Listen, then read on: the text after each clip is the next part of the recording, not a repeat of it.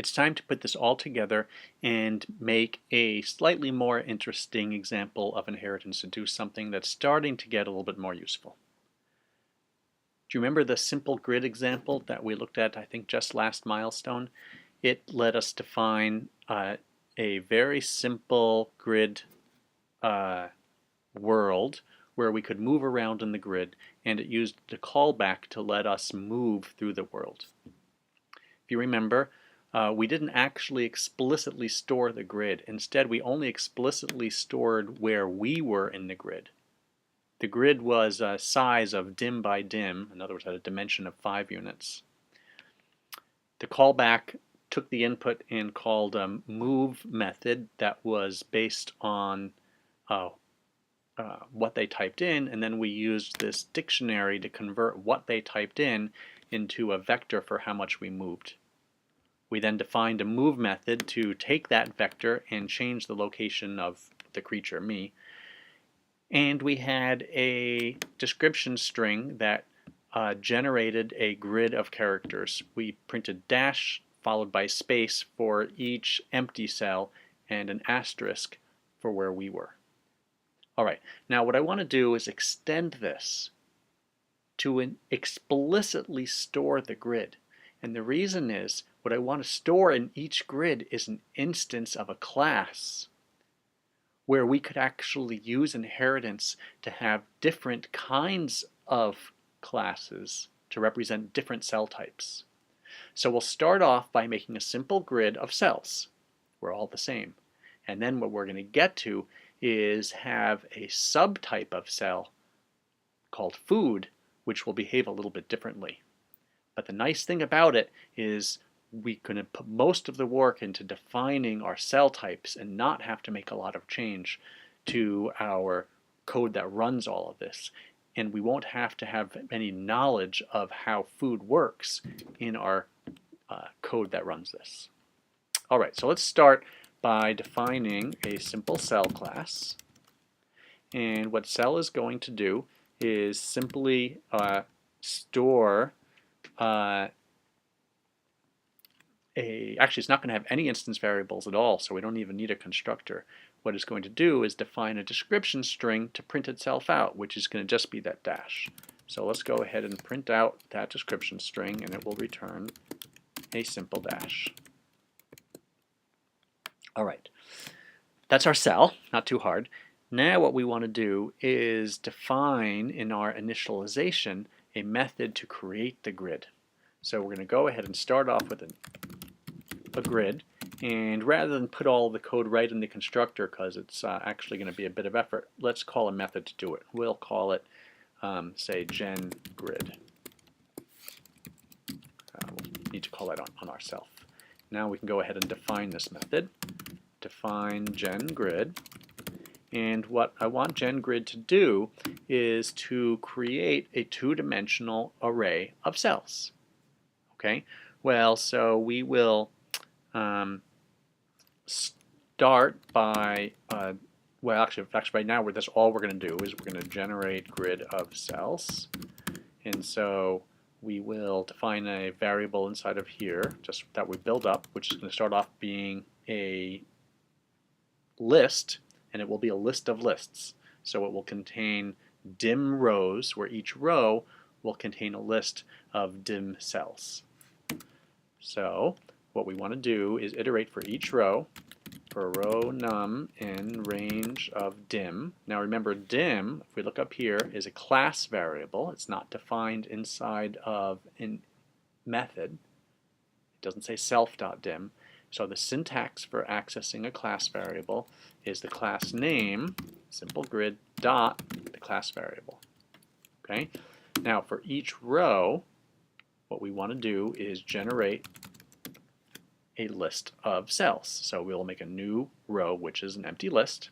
And now for each column, which is going to look a lot like this for loop, so I'll just copy and paste this and change this to column.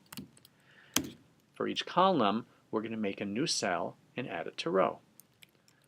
Cell equals cell. And now we can take that cell and add it to row. Row.append cell. Okay, and then when our row is finished being built, we can add that to the grid. Grid.append row. And finally, let's return the grid that we generated.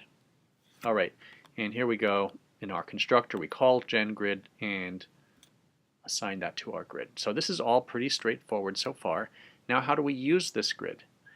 Well, the main thing we have to do is when we generate our description string, instead of always printing out a dash, we want to ask the cell to generate the dash.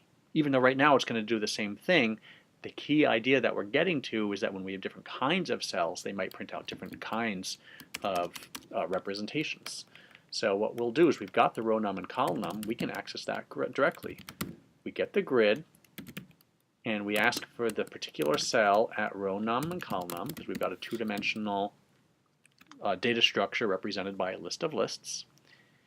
And we're going to need to access the string at from that object. We can't just use this directly because that special underscore underscore str method only gets called automatically if you call an object from the special print function. In this case, we're not calling print, we just want to extract the string, so we actually have to manually call the str method. That'll generate the dash in this case, and then we'll add a space to the end. All right, with any luck, this will now do essentially the same thing. Let's go ahead and try it. Looks like it works. Click here and try moving around. Left, left, up. All right, I think we're in business. Let's quit. Now we get to do the more interesting thing. Let's generate a different kind of cell, a subclass called food. A food is going to be like a cell, except it's going to have a certain level of food. It's going to have an amount of food. It might have 0, 1, 2, 3, or 5 pieces of food. And when it prints itself, instead of printing a dash, it's going to print the amount of food that it has. So let's go ahead and define food. We're going to define a new class called food. It's going to inherit from cell, so we put that here. And it's going to need an instructor, a constructor, because we are going to have a instance variable called level, and we will store that, self.level equals level. And it's going to have a description string. But instead of returning dash, it will return its level. We'll put it into a string format, str of self.level. All right, so now we've got food. The only thing we have to change is add some food to the world. So in our genGrid method, let's add some code that adds some food. So let's just take a certain number of food items that we want to add and pick some random elements in the grid and add food to those places in the grid. The whole grid already has cells, but we can just replace some of those cells with food. Let's define a new variable for how much food we want. We'll make a new class variable called numFoods. Maybe set it equal to 3. And now we can go ahead and iterate through that many times and generate some food. So for food num in range of simple grid dot numFoods, that variable we just defined, we need to make a random location. So we need a random number for row and column. So in order to do that, we need to import randint. In the past, we've just said importing random, and so we have to manually say random.randint. And this time, instead, I'm going to say from random import randint. This way, we can just use randint directly. So what we'll do is we'll generate some random rows and cols. Row num equals randint, and let's see, it should go between 0 up to, but not including dim, right? And we have had this kind of bug before, so we're going to say simple grid.dim minus 1, because dim in this case is 5. We want to go from 0 up to 4 because randint parameters work on inclusive boundaries. Let's do the same thing for a column number. Now we can go ahead and make some food. Food needs a level, so we need another random number for how much food we're going to have. Okay, rand int between 0 and say, actually let's start with, make sure we always have some food between 1 and 5. That'll be a nice kind of food, so that gives us a cell.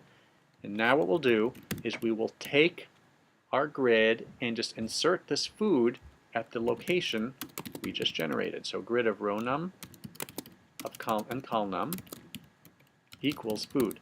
So we've taken the cell that was at grid and we've essentially replaced it with the food item. The amazing thing is that's all we have to do, right? We don't have to change anything else because we already modified our string just to ask the grid cell to print itself. If we have a new kind of cell, it should just work. Okay, let's try it and see what happens. And sure enough, it does. Our star is over here, and we now have 3 randomly generated food cells at different locations. Brilliant. Okay, I want to do one last thing, which is when I move around, I want to be able to eat some food. Well, so what we want to do is if we move the star into a cell that is a food cell, we want to do something to represent that we're eating. Maybe just print out something saying we ate and reduce the amount of food we have. If we move into a cell that isn't a food cell, well, we should just do nothing. So how do we do this? What we're going to do is write a method in both classes that say what the cell should do when you move into that cell. If it's a basic cell, it should do nothing. Def move into do nothing, we just pass. But if we define move into in the food class, now we can actually do what we want to do, which is to say something. Maybe we print, say we're eating, chomp, and let's decrease how much food we have. Self.level minus equals 1. Now all we have to do is when we move, in addition to changing our new character position, we need to get the cell at that new location we just moved into and call its move into method. Okay, well, let's get the cell. It's going to be self.grid of new row and new col, and call cell.moveinto. And that's it. We don't have to know what kind of cell it is. We just have a general concept of moving ourselves into a cell and let the cell figure out what it should be doing. Let's go ahead and try running this. Okay, we have a new randomly generated board. We are right above the 5, so let's go down and eat, and look what happens. It says chomp, and if we move to the right, we'll see there's only 4 pieces of food left there. Let's go to the right again and see that 2. Chomp, go up, and we're now down to 1. If we move right and there isn't any food, it doesn't press chomp, nothing happens. If we go down, nothing happens. If we go down again, we chomp, and we're down to 0.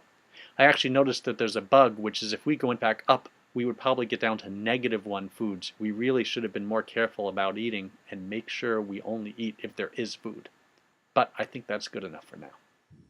Let's see if we can draw a memory diagram to understand just with a little bit more clarity exactly what is going on in that simple grid program.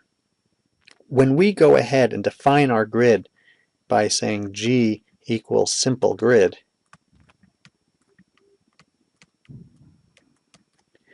what's happening in memory is that we've defined a variable G, right, that is assigned to reference an instance of a simple grid object. Simple grid object has a couple of instance variables, but 2 important ones are me and grid. Me is a reference to a list which gets allocated that has 2 numbers, which are the row and column of where me is stored. grid is a reference to a two-dimensional list. And so I'm going to draw it in the way that I've drawn them before. It is a first list of rows where each one references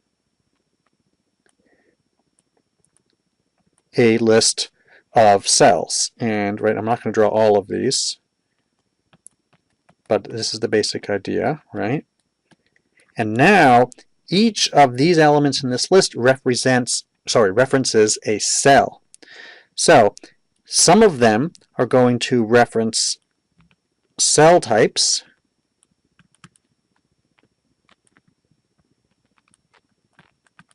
while others might represent food types. So remember, the way we initialized our grid is we first went and initialized all 25 elements in our two-dimensional grid with cells. Then we went through and we replaced some of them with food.